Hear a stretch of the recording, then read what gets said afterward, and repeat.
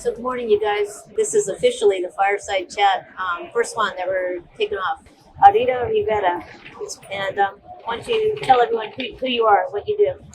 Well, as Lara mentioned, first of all, it's always been the first one of the shoot here because as a presenter, I normally never eat before a presentation. So if I'm the last one, normally I'd be fasting the entire day. So it is so rare to see a woman that can speak technology very well that immediately I draw to Lara.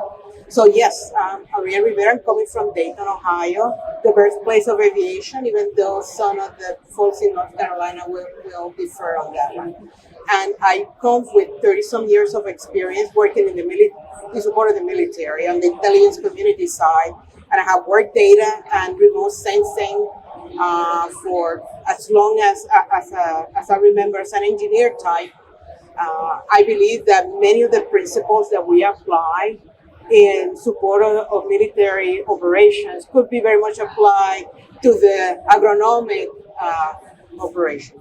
So, in my particular case, I am following the carbon sequestration, not necessarily from I'm going to the producer to sell them services, but more as a market enabler where sellers and buyers can come together and get to a company like ours that can present to them to both a series of verified and validated measurements that can permit a trusted market for carbon. So that is basically where we're heading and where we're getting with our company. In the past, I was mostly interested in the remote sensing aspects of agriculture, but we have so many wonderful companies present here today that can do a better job about that than I could.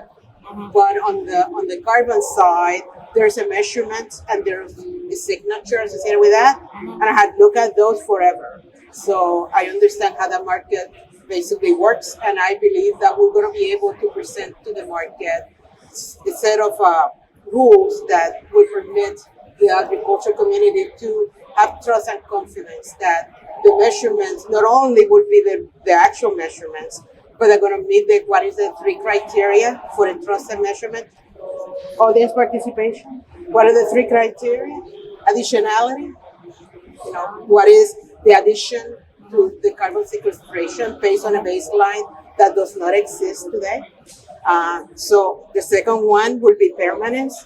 Can you go in a contract for X number of years and be sure that you're not going to be liable at the 10th year that you haven't basically sequestered the carbon with that amount of time?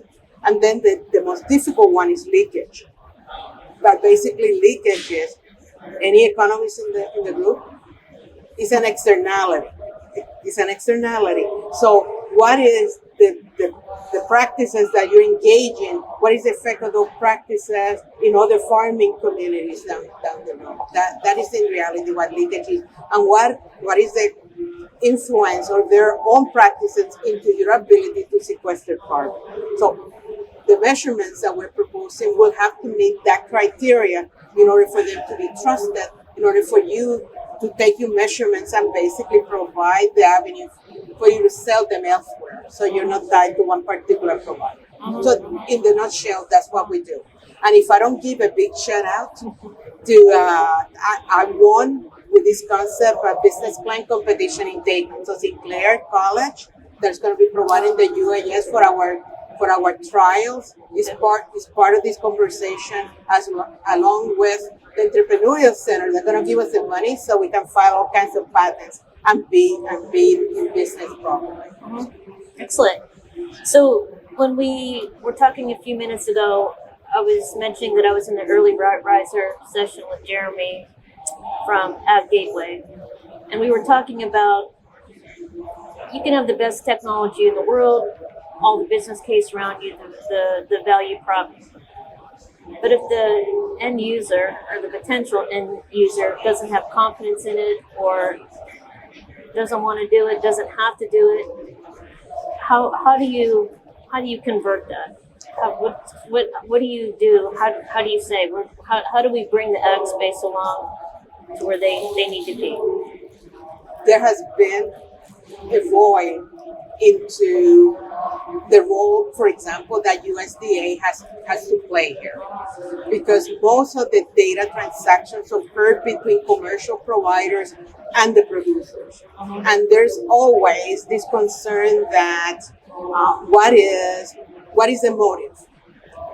For example, the proposition that we have working for the registry, we don't have a product to sell to any producer. What we are basically presenting is we're going to measure and we go. So we're not going to sell you a truck. We're not going to sell you fertilizer. We are not in that additional business. And sometimes the producer will have some hesitation into sharing because they may provide additional insight that takes some leverage from them as far as their ability to enter in negotiations for other products and services. I believe that is a major concern. The other major concern is that data that is acquired from your operations reveal not only the actual metric for, let's say you're talking about yield, but reveal your business practices. How do you engage? What is basically the footprint for every single operation that you do?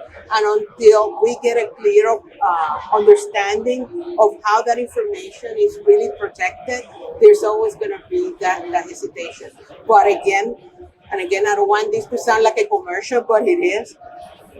When you're dealing with companies that don't have any ulterior source of revenue, I believe that you can move the ball a little bit further. And again, once the USDA and there's legislation already sitting in the House, once that legislation passes for the climate smart commodities, gives basically a mandate for the USDA to really get engaged and provide that initial benchmarks that can help move this conversation forward. But until the producers only relies on commercial vendors for that, there's always going to be that hesitancy to share information. But talking about carbon markets, and it's inevitable. I mean, that part of it you have to measure, you have to verify. So for those folks perhaps that are hesitant, the regs, whether it's Food Safety Modernization Act, whether it's a way to measure, in order to play in that space, you're going to have to. I believe that the term interoperability is always have to be defined. Okay, interoperability for me means that the measure that I can take to another source, and if that source can verify it, that indeed it is what I'm saying it is, and it's portable, that I can take those measurements, and if that provider that I'm transacting with doesn't provide me with the value proposition that I need, that I can take that and I can transact with you, that I can transact with you. I believe that's what that data interoperability actually means, that there is collected with a set of rules that are valid across the entire agriculture ecosystem. So that is, I believe, where that tipping point that will permit the producer basically to transact, lack of a better word, transact with others to get the best value for what they're doing. I don't know if that Jeremy the position, but that is basically what I will argue will be the best market for both, for the ag community and for the buyer as well. Because if you are, I'm going to mention the ones that you see in the news all the time, Microsoft or the Googles of the world or the Walmart. They want to buy because they have to respond to the stockholders, okay? Yeah. So they want to buy credits that are trusted in nature, so that they can go and say that we have this investment and we are basically going to go to a carbon neutral is a strong word, but that you are converging to a lower carbon footprint because we're transacting with organizations for which the measurements indeed not only are current for today, but are current for the length of that contract that we engage with. So we're kind of talking about an opportunity for blockchain, right? Again, you asked me the Sorry, question it's, of it's before, blockchain. it's before Let- noon. I didn't want to throw that out there. Blockchain. But, you know. Let me tell you about blockchain.